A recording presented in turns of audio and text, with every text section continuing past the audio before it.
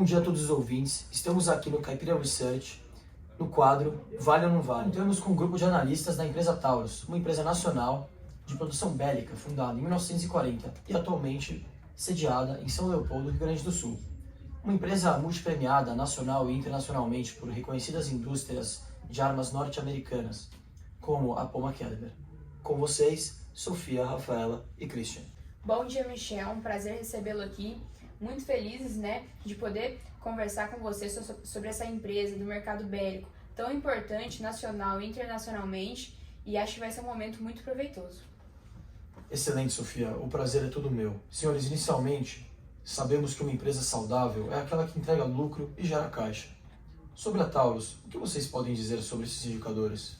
Bom, começando sobre a geração de caixa, de 2019 a 2021 houve um aumento muito expressivo do caixa da empresa, chegando a aproximadamente 400% nesse aumento do caixa. E isso influenciou diretamente para o aumento do ativo circulante, que aumentou aproximadamente 200%. Então isso mostra que há um giro maior das operações do dia a dia da empresa e também maiores valores nas aplicações financeiras a curto prazo, que é muito bom para a empresa poder girar o seu caixa mais rápido. Total, e a gente consegue comprovar isso por meio dos prazos da empresa. Então, se a gente olha num período mais recente, de 2020 a 2021, a gente vê um cenário um pouco negativo, porque teve uma redução muito grande do prazo do pagamento aos fornecedores. E as vendas também, o recebimento de vendas não se alterou tanto. Só que quando a gente olha num cenário de 2016 a 2021, a gente consegue perceber uma coisa muito positiva na empresa. Por quê? Porque teve uma melhora no ciclo operacional e no financeiro, apesar da diminuição do pagamento de fornecedores, sendo que a gente teve um giro de estoque maior, com uma diminuição de 39 dias. Então, isso foi muito positivo para a empresa. Sim, com certeza. É impressionante o aumento de caixa dessa empresa. Sabendo que o endividamento ele impacta diretamente a geração de caixa, como vocês avaliam a dívida e a capacidade de pagamento pela empresa?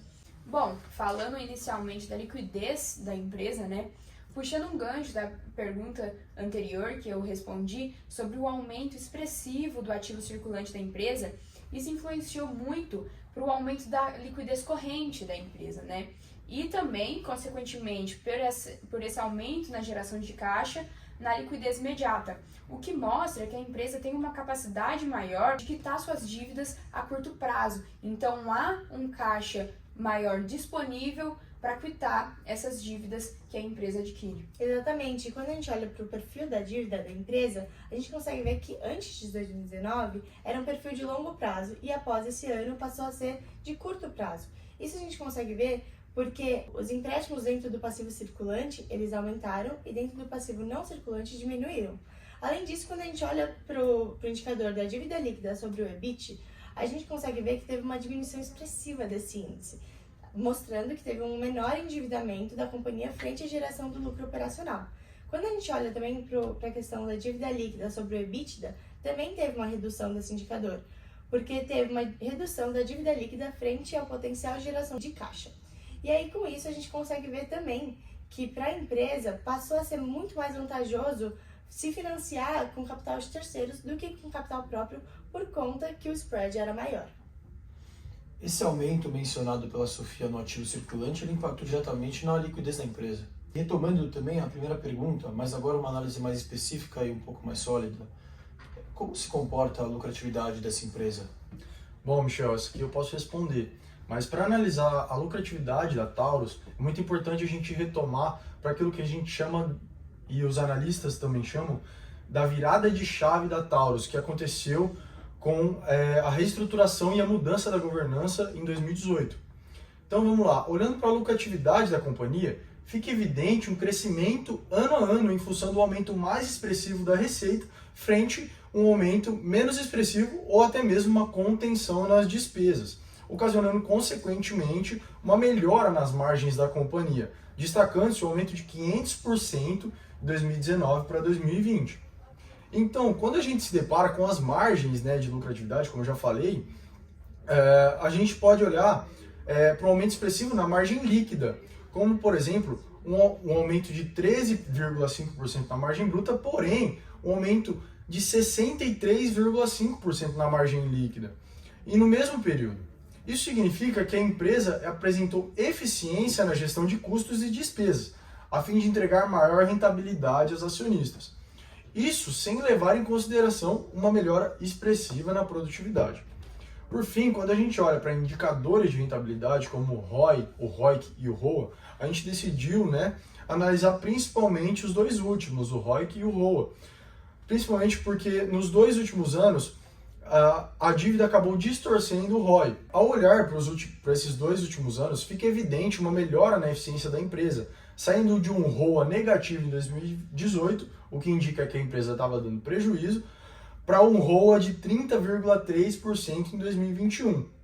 E por fim, quando a gente olha para o ROIC, retorno sobre o capital investido, mostra uma empresa extremamente geradora de lucro para os seus acionistas e para os seus sócios, evidenciando um ROIC aí de 65,6% em 2020. É realmente impressionante a evolução da empresa nesses últimos anos. Podemos dizer que a empresa estava sucateada em 2016, 2017, até o meados de 2018, principalmente no ROA negativo, e passou para um valor extremamente positivo em 2021. Mas e a respeito dos auditores, como que foi a análise final deles? Então, segundo o nosso relatório da auditoria, eles estão super de acordo com o balanço, então não tem nenhuma consideração a ser feita sobre. Muito bom, muito importante. E por fim, tendo em vista todos os números, o que foi exposto aqui, podemos pensar que essa evolução da empresa bélica se deu pelo governo em 2018? Bom, com certeza o governo eleito é um fator para a gente olhar e analisar e levar em consideração. Porém, nós como analistas, a gente tem que falar em termos técnicos e termos quantitativos. Então, é muito importante a gente levar em consideração que, por mais que a empresa tenha crescido expressivamente nos últimos anos, ela ainda tem um potencial de crescimento muito grande, uma vez que o preço médio do armamento da Taurus é menor frente às concorrentes do mercado e ela apresenta a melhor margem do mercado. O que isso indica para a gente? Isso indica que ela pode melhorar o seu preço e melhorar ainda mais a margem. Então, evidenciando também a melhora na produtividade. Antes ela tinha uma produtividade de 5.000 armas por dia, ela abriu uma fábrica aí nos Estados Unidos, passando para uma produtividade de 9.000 armas por dia, e a perspectiva de crescimento da governança da empresa é chegar até 2025 com 15.000 armas por dia.